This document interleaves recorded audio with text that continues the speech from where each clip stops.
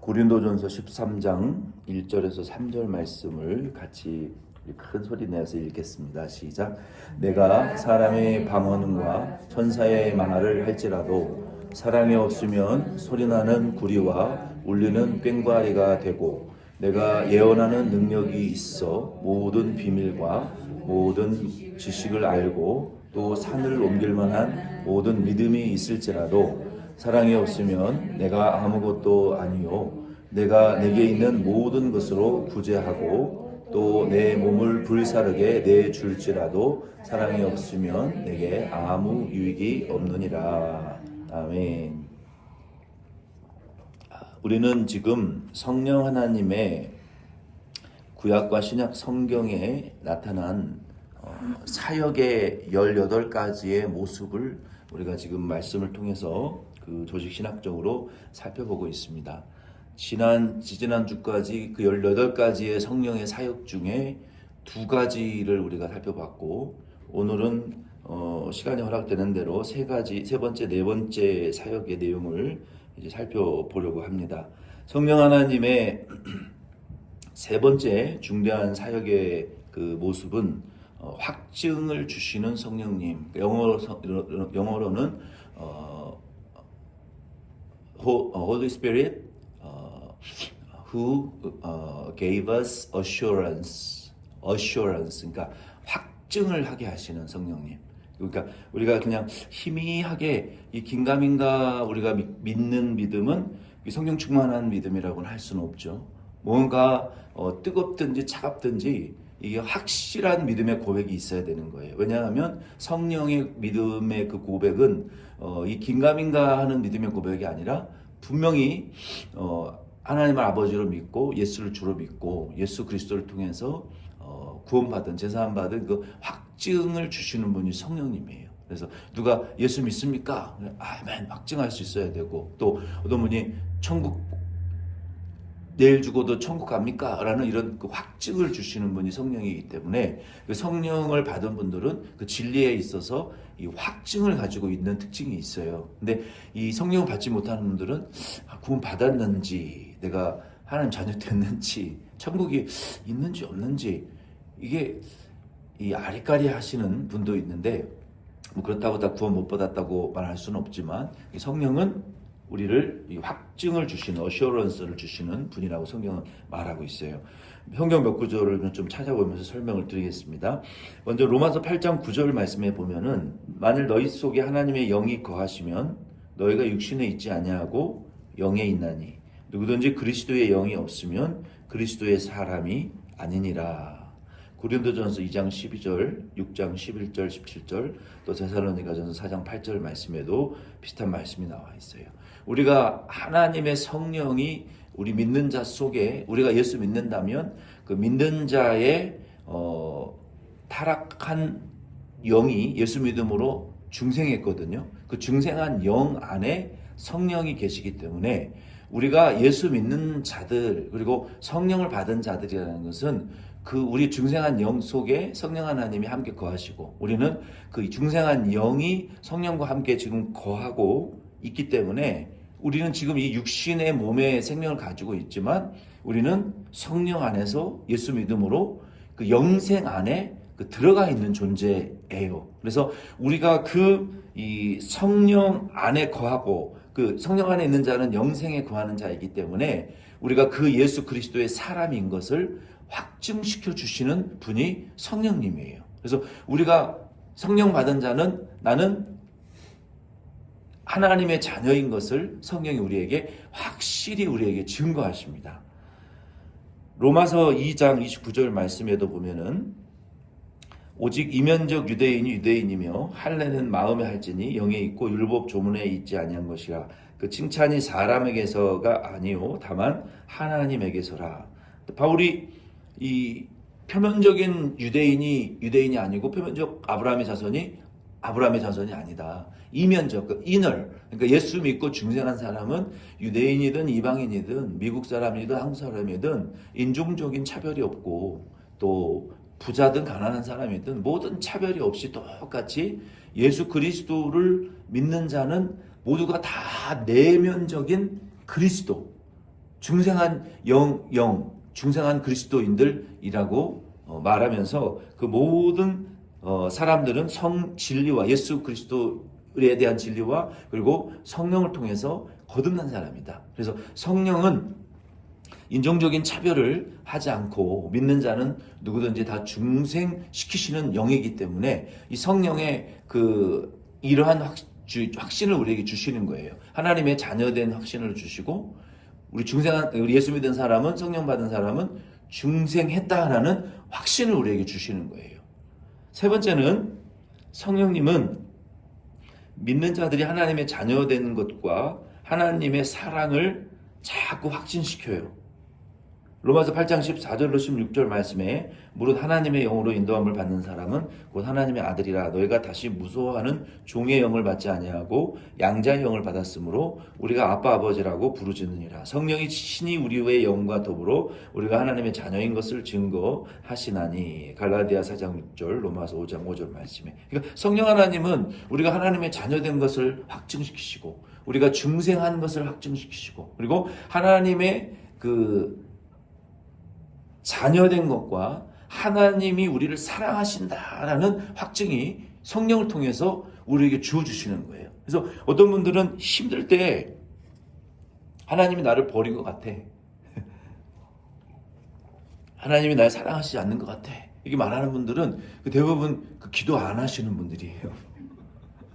우리가 기도하면요, 하나님이 우리를 사랑하시는 그 사랑이 우리 안에 풍성히 부어집니다. 그래서 우리의 마음이 부드러워지고 우리의 마음이 꽉 하나님의 사랑으로 채워져요. 그리고 내가 좀 가난하지만 세상적으로는 뭐 유명하지 않지만 하나님이 나의 아버지 되신 것과 내가 하나님 자녀된 것과 하나님의 그 사랑이 그 가난보다 크게 느껴지고 인생의 고통보다 더 크게 느껴지고 하나님의 그 사랑과 자녀됨의 축복이 세상의 물질과 권세보다 더 크게 느껴져요. 그래서 우리가 기도할 때 성령 충만할 때 성령 하나님께서 우리에게 주시는 이 어슈런스, 확신이라는 것은 이 돈으로 살 수 있는 것은 결코 아니에요. 그래서 우리가 기도하는 이유는 그 은혜를 우리가 누리기 위해서. 그래서 그 사랑에서 우리가 떨어져 나가면 안 되니까. 힘들면 자꾸 원망이 나오고 뭐 불평도 나오고 나만 그 세상에서 제일 미련한 사람 같고 바보 같고 이런 열등감과 패배의식에 사로잡히게 되잖아요. 근데 그것을 뭐 약을 먹어도 잘 극복이 안 되고 상담을 받아도 잘 극복이 안 되고 뭐 의사를 만나도 잘 극복이 안 되는데 우리가 기도하면 성령 하나님께서 우리에게 그 모든 것을 충만함으로 우리를 한순간에 그냥 채워줘 버리신다니까요. 그래서 기도할 때 성령이 우리에게 충만해지면 우리 안에 그 모든 열등감, 패배감, 실패하는 자기를 학대하는 그런 자꾸 숨으려고 하는 이러한 그 감정과 정서들을 극복하게 하시는 분이 성령님이에요. 그래서 자신감을 주시고 또 담대하게 하시고 또 사람을 만나도 두렵지 않고 눈 뜨면 희망적이고 열심히 하루를 살아갈 소망인 이런 희망을 주시고 근데 우울한 분들은 해 뜨는 것도 싫고 사람 만나는 것도 싫고 그냥 혼자 방에 처박혀 있으려고만 하고 사람을 만나려고 하지 않고 자기만의 세계에 자꾸 갇히잖아요. 이 성령 하나님은 우리에게 이런 확신들을 주시고 또 네 번째는 성령님은 믿는 자들이 그리스도 안에 있고 그리고 그리스도가 그들 안에 있는 것을 요한일서 4장 13절 말씀해 보면 확신시켜 주신다라고 말씀하셨어요. 고린도전서 2장 10절로 12절의 말씀해 보면은 성령 하나님은 하나님의 나라를 상속을 보증하는 그 첫 번째 인치심과 보증이라고 말씀하셨어요. 그래서 성령 하나님께서는 우리에게 이러한 확신을 우리에게 주시는 거예요. 그래서 우리가 성령을 받아야 되는 이유는 여기에 있는 거예요. 이것이 채워지지 않으면 불안하고 막 공황장애가 느껴지고 연예인들 여러분들도 그 공황장애가 뭐 대단한 그게 아니라 뭐 옛날에는 공황장애라는 말도 없었어요. 공황장애라는 것은 이런 거예요. 우리가 어떤 특정한 그 사람에게 딱 서면 막 심장이 막 두근두근거리고 움츠려들고 막 무슨 말을 해야 될지 모르겠고 막 두렵고 도망치고 싶고 막 심장의 압박이 느껴져요. 이게 공황장애예요. 그리고 어떤 특정한 장소에 가면은 저는 초등학생 때 딱 4학년 때부터 학교 가는 게 무섭더라고요. 교실에 들어가면 막 수학 문제 못 풀면 막 몽둥이로 때리고 두들겨 패고 학교가 이 공황장애 그런 공포적인 장소에서 학교만 가려고 그러면 막 숨이 막히고 두렵고 무섭고 막 어떤 분들은 이제 그런 것이 이제 사람을 통해서 오는 분들이 있고 어떤 분은 이 공간을 통해서 오는 분들이 있어요. 어떤 분들은 그래서 동굴 같은 데 못 들어가. 막 거기 들어가면 죽을 것 같은 공포가 밀려오고 무너질 것 같은 막 이 두려움이 막 어떤 분들은 엘리베이터를 못 타고 어떤 분은 비행기를 못 타고 어떤 분은 차에도 못 들어가고 심지어는 그 이 터널도 못 들어가요. 무서우니까. 이게 공황장애예요.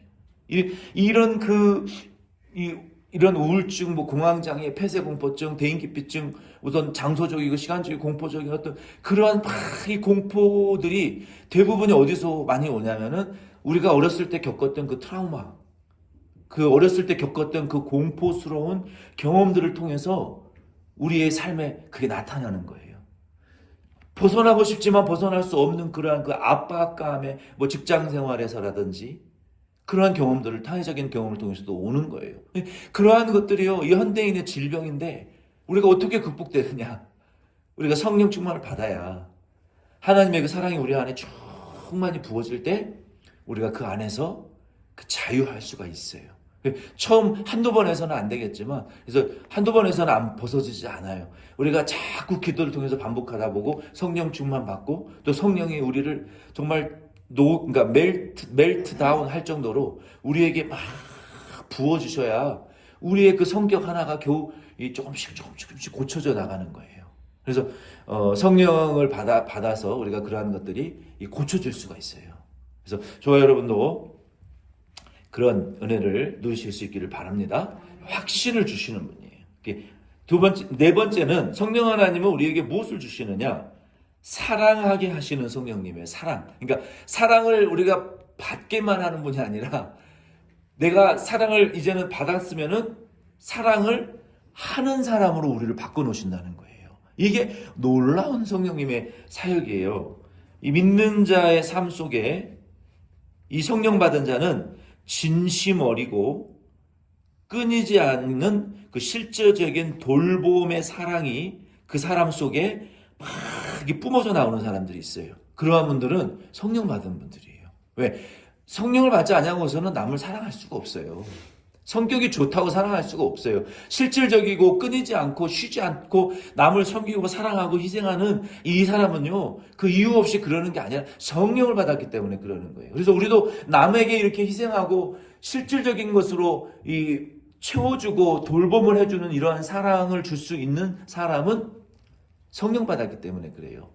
요즘 얼마 전에 한국에서 유튜브에 그 요양원에 처녀 아주 젊은 20대 그 여자 청년이 요양원 할머니들을 섬기는 그 동영상이 유튜브에 올라왔는데 정말 자기 부모한테도 그렇게 못할 것 같은데 그 여자 청년이 얼마나 살갑게 그 대소변 못 가리는 그 요양원의 할머니 할아버지들에게 섬기는 그 영상이 몇백만 뷰 영상이 그 화제가 돼가지고 인터넷에 아주 크게 그 회자가 됐던 그분이 이제 또 새롭게 하셔서 나와가지고 간증을 하는데 기독교인이었어요. 그러니까 우리가 성령을 받아야 누구도 사랑할 수 있는 것이고 성령을 받아야 희생을 할 수가 있는 거지 성격이 좋고 여유가 많아서 되는 것 같지는 않아요.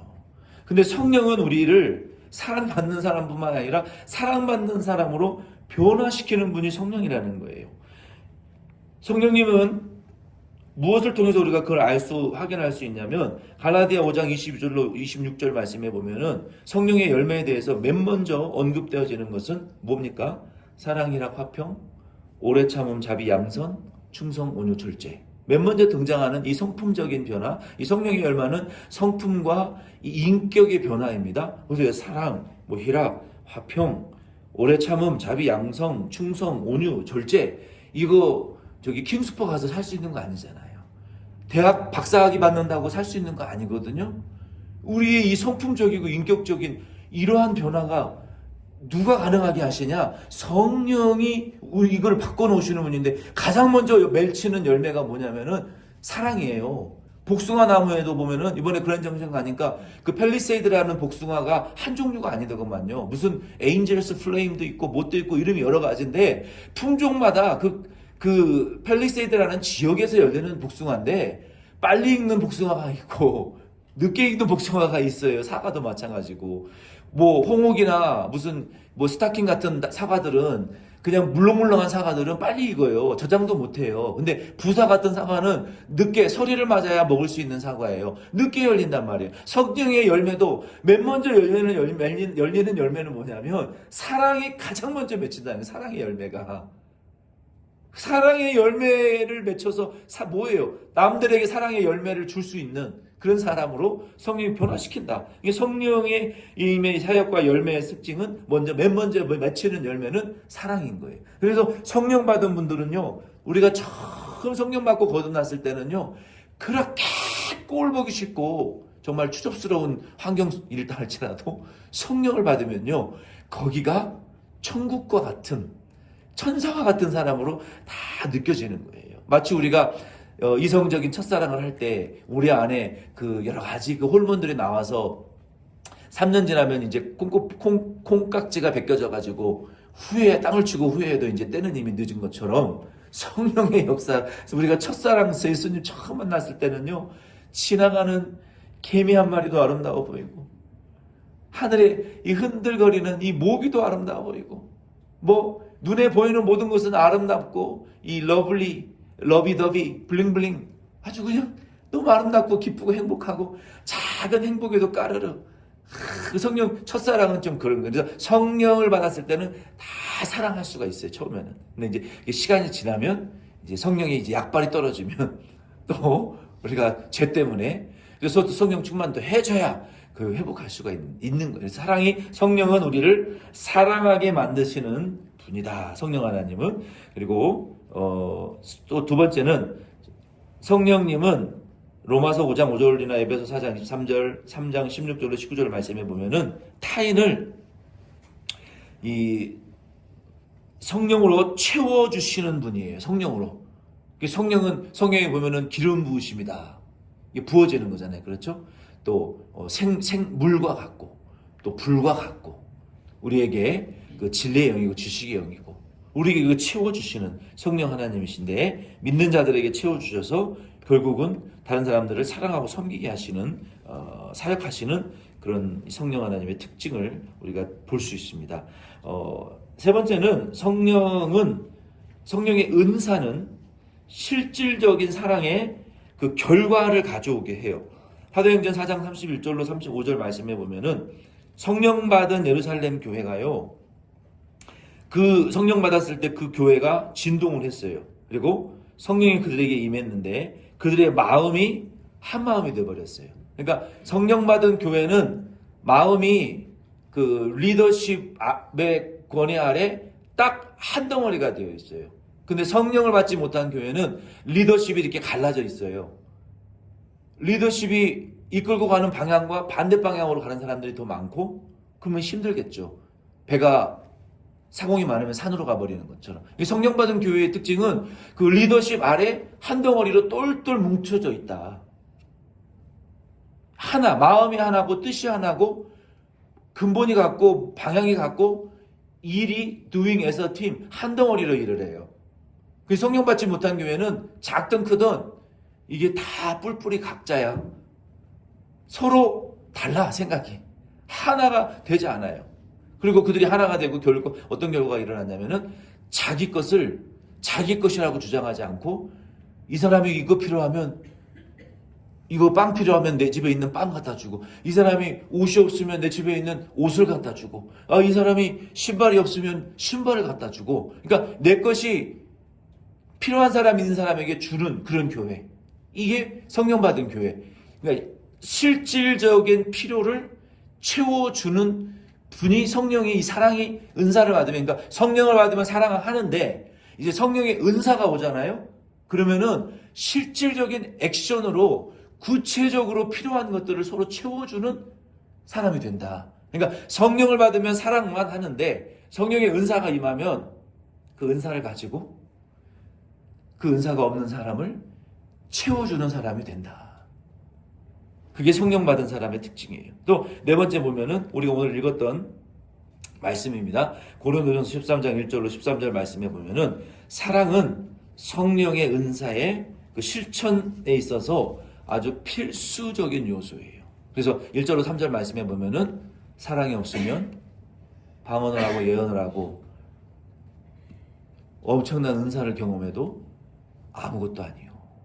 사랑이 없으면 이 사회를 구조하는 몸을 불사르게, 여러분 정말로 데모하고 막 퍼포먼스 해도 말을 안 들으면 사람들이 결국에는 어떻게 합니까? 한국 사람만 그러는 줄 알았더니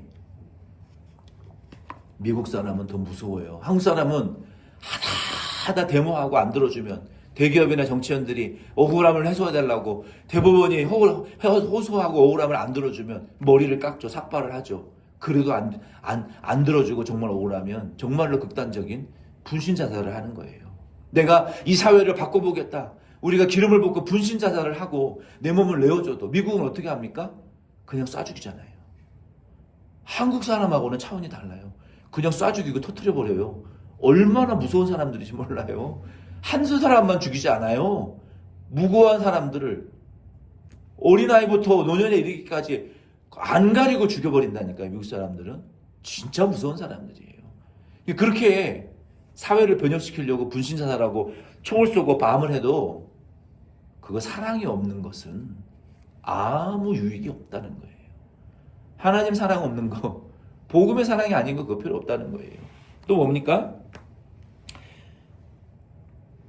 사랑이 없으면 아무것도 아니라는 거예요. 그러니까 우리가 무슨 사역을 하고 어떻게 쓰임을 받든 간에 성령은 우리를 사랑하게 하시는 분인데 그 모든 사역의 근거는 하나님을 향한 사랑과 이웃을 향한 사랑에 근거하지 않으면 그냥 꿍 울리는 그 징소리와 같이 아무 의미가 없고 유익이 없는 그런 것밖에 안 된다는 것이죠. 그래서 성령 하나님은 우리를 세 번째 확증을 주시는 분이시고 우리에게 사랑하게 하시는 분이다라는 것을 우리가 구약 신약성경을 통해서 오늘 배웠습니다. 그래서 우리도 여러분 우리에게 자꾸 의심이 들고 확증이 안 될 때 내가 지금 이제 성령을 받아야 될 때가 됐구나 기도하시길 바랍니다. 그리고 내가 자꾸 사랑을 못하는 사람이 되어가면 내가 다시 기도하고 성령 받고 사랑하는 사람이 돼야 되겠구나 이렇게 생각하시고 기도에 임하시는 저와 여러분 되기를 바랍니다.